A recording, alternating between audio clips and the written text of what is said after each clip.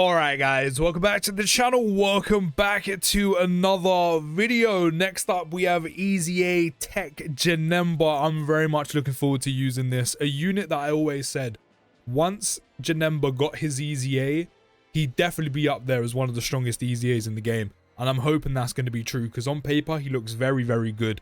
Another unit that is adding to in LR Broly's 200% lead. Also another unit just like Pycon who doesn't quite have a 220 just yet. Hopefully it won't take too long to get him. He is rainbowed. He is level 10 Lynx.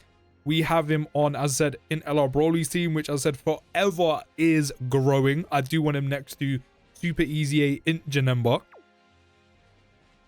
And then he is starting with a 624k attack stat, 416k defense, which is very nice to start with. Let's get him big bad bosses. Here we have Metamorphosis, Fierce Battle, big bad bosses, which is not too bad. And I'm going to let him chill in slot 1. We do have Broly's domain currently up, so that's why he does have some increased stats. Let's get him some orbs. We do need to get him 1 rainbow orb, which we can literally get. And we've got 3 or more type orbs as well, because we've got 4 strength orbs. So all looking good, which means we do get Corroded Body and Mind or Uncontrollable Power, which everyone here is on Uncontrollable Power. So that means Super EZA Buhan in LR Broly are not only being buffed by the domain, but also Janemba's support of Uncontrollable Power or Corroded Body and Mind category allies. 30% attack and defense. Only 10 mil to start with. But that's fine, considering you would consider Fat Janemba to be the more defensive support out of the entirety of the unit. You know, this one is more defensively solid, I would say. Also providing support. Then once you get the active skill out, Super Janemba is where the damage is at. So I don't really mind that too much. But he does start with 180 attack and defense, has guaranteed guard, 50% damage reduction, which of course for every attack received, Janemba not only builds up 100% attack by 20% each time. So I think we got attacked twice there, or was it 3 times? So we've already built up a little bit. But then also loses 5% damage reduction up to 50%. So that 50 he has, he will eventually lose all of that if he does get hit 10 times, which in events like Red Zone, Supreme Magnificent Battle, probably wouldn't take him into Festival of Battle, so I won't include that. Battle Hardened Formidable Foes, all the difficult content in the game. That will probably happen quicker than you expect. 10 times is a lot of time for a unit to be hit, but at some points you can be hit 4 or 5 times in one turn.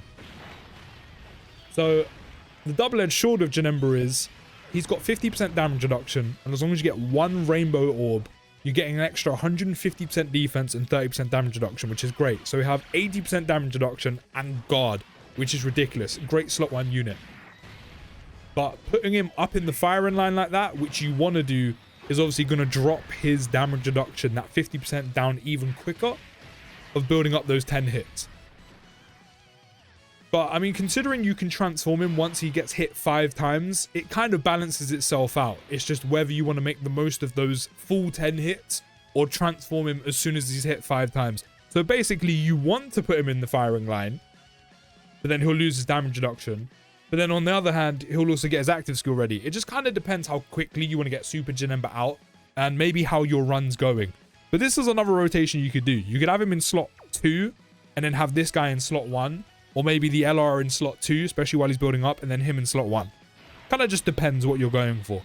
So without the domain active and some build up and next to Super EZA in Janemba, he now has a 1.23 more attack stat, which is actually very nice. And 362k defense. Now, in Janemba, I really hope you feel like dodging. Otherwise, things could get techie kind of fast. So we're going to give TEQ Janemba all of these. Again, 3 or more attack key spheres obtained. So that means everyone on the rotation is getting an extra 30% attack and defense. And because we've got 1 rainbow orb, that's an extra 150 for TEQ Janemba and an extra 30% damage reduction on top of... Again, I can't remember if we got hit 2 or 3 times. So we're either looking at about 30% damage reduction or 20%. So he should have altogether about 50 or 60% damage reduction. That is also again with guaranteed guard, but because he is in slot 2, he is also stacking attack on super attack, by the way. So that 10 mil he started with, while that looks kind of measly after the 10th anniversary, he is stacking attack every time. by 30%. So he is going to get stronger, 11.4 already. And he does raise his defense by 30% as well for 1 turn. Additional, that's quite handy, 11.9. The stack ups are quite slow, so that's another thing as well. That's another part of the double-edged sword you kind of have to consider. Yes, he's losing damage reduction every time he gets hit, so you may want to switch into Super Janemba quickly. Again, I think depending on how the run goes, you may have to, you may want to, or feel like you need to. But then also, how long are you willing to keep Janemba out for to stack up his attack? Again, it just kind of depends how the run's going, who you're facing, type disadvantage, all those kind of things. If you want to kind of take the risk and keep him out longer, especially while he's losing damage reduction, to get the stacks and make the most of his damage reduction before that 50% is all gone.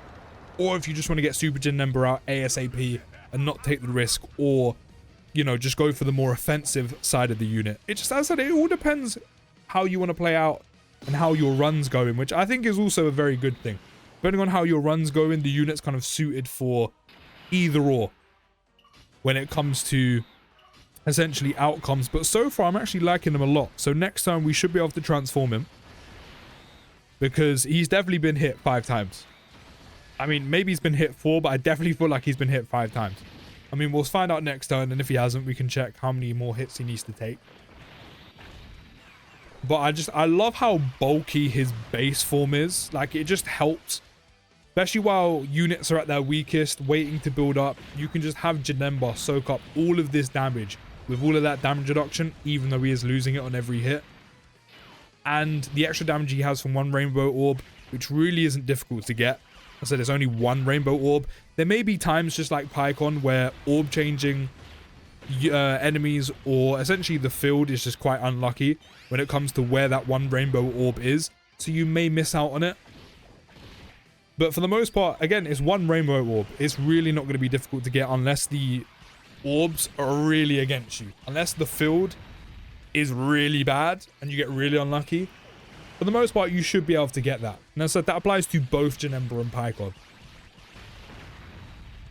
Damn, 17's still alive. Barely. That's fine, you can do that. We do, of course, have Broly's domain back up, which is also very nice. We can actually get his active skill out, which... Do you know what I think I'm going to do? I mean, he's up to 2.58 million attack. How many times has he been hit? He's already been hit 6 times in battle. So, I mean, technically he can be hit 4 more times before he loses all of his damage reduction. So, I mean, the next time he's going to be back is turn 8. So, yeah, as I said, while it's a double-edged sword that he loses it, at the same time, you do get, what, 3 turns? It's basically like having damage reduction, 50% damage reduction for 3 turns. I mean, depending on how the field is looking for attack patterns. But we're going to transform him. For the sake of the video, I'm going to transform him now, because I said 2.5 mil is a good amount of attack to have.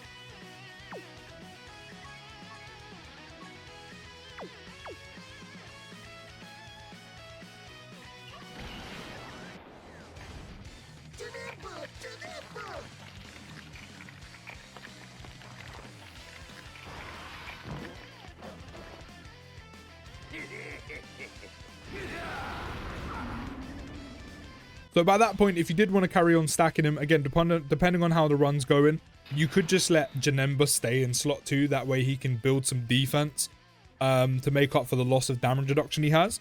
But now, he is on a 1.28 million attack stat right now. To be fair, he is perfectly linked up, which is very, very nice. So now on super attack, he is greatly raising attack and then raising defense by 30% for 1 turn. So that is a 50% attack raise. And this is all in 1 turn. I'd fully slide him in slot 1, but considering Int Janemba has to be there, of course, I'm not going to do that. I don't think we're going to get a look in with TEQ Janemba this turn, just because 17 does have such low HP. But now he is starting with 200% attack and defense. He does randomly change key spheres of a certain type to any one type of key sphere, which he doesn't need a specific typing, so that actually helps out a lot. Would have been nice if he had that in base as well, but it is what it is. He does change key spheres, AGL to rainbow.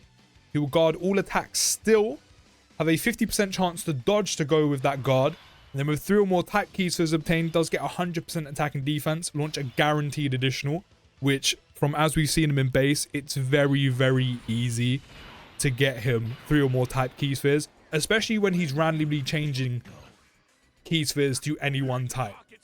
So being his own orb changer while only needing 3 key spheres to get that guaranteed additional on 100% attack and defense, you're pretty much guaranteed that all the time. I think even if you got unlucky, it's still not going to affect that. Then, still keeps the condition of 1 or more rainbow orb obtained. He'll get an extra 30% chance to dodge. So you're looking at 80% dodge chance with guaranteed guard. So that's one thing I said again for years that TEQ Janemba needed to be good. And it was mainly his Super Janemba part of his kit. Super Janemba form, which kind of let him down. Yes, it's stronger offensively, which is great. Yes, you want to do more damage. However, because defensively you're only relying on dodge and he didn't really have any defense, transforming him just kind of wasn't worth it. Now, it is. You have reason to because base loses his damage reduction, but now you have a total, as long as you have 1 rainbow orb, which he does change AGL to rainbow orbs, so he's his own rainbow orb changer and then some, or just orb changer and then some in general. 80% chance to dodge in total with guard. That's good. That's some very nice defensive utility. Especially with a guaranteed additional with 3 or more orbs getting 30% defense. That's 60% defense in 1 turn. Unfortunately, the domain is gone. But that really shouldn't be an issue. It's only 15% attack and defense. I mean, look at all these orbs. Look at all of these orbs. Listen, I don't see Janemba struggling that much for orbs. Especially being his own orb changer, ever. But then after you do evade an attack, he does get guaranteed crit on his next attack, which I think is really nice. Which, with that amount of dodge chance, you're guaranteed to get it. So him being in slot 1 is a good option. That way you can trigger the guaranteed crit no matter what. Then, and make use of it in the same turn. 34.8! This is what I'm saying. When TEQ Janemba got his EZA, I knew he'd be sick. And this is why all they had to do was essentially beef up the Super Janemba portion and he'd be good. And that's exactly what they've done. 34 million attack stat. He's up to 38.9 on a triple. 34 million, now 38, is not only great damage output. And by the way, that's without Broly's domain. Without. So that means with it, if we got to the triple, you're probably looking at 40 mil. Good damage, very good damage output, especially with the possibility of super attacking 2-3 times, all over 30 mil each. So good damage, could have critted along the way as well. He is rainbowed. But then also having 80% chance to dodge in total with guard. Not only defensively is he very good, because again, that's 30% defense each time he supers. But not only defensively now is he very good to go with that great damage output. His damage output is now ridiculously good. But he now has the beefiness. He now has the defense to go with it. He's very good. And again, this is all on a 200% lead. Like, don't get me wrong, in LR Broly's 200% lead is still very good. And it just continues to get better. Like, it's insane how many good units are on this team. But technically, just like PyCon, TEQ Janemba can get better because he still doesn't have a 220% lead. I'm doing this. I don't care. I know that kind of hurts in Janemba, but I want to put him in slot 1 because he does have slot 1 capabilities. He doesn't have too much defense to go there. As we can see, 279. I did want to see how much he took. 80% chance to dodge. It's kind of worth taking the risk with the amount of dodge chance he has. It's just he doesn't really have the defense before he attacks to go in slot 1. But because of the dodge or die mentality, because of units like AGL Goku or AGL UI Goku having all that dodge chance like Janemba, you could take the risk. And if you take the risk, it could pay off. But then again, you could get very unlucky and Janemba doesn't dodge hardly there, which I think would hurt my soul because that's only a 20% chance he doesn't dodge and he could take a ton of damage on normal like that. But Dokkan have done a very good job with TEQ Janemba. The base form was always very good, but now Super Janemba is beefed up, has great defensive utility and guard and all that dodge chance, while doing insane amounts of damage. But let me know your thoughts down in the comments. I like him a lot. Can't wait to try them out in difficult content. I'll see you in the next video, guys. Take care, have a great rest of your day, and peace.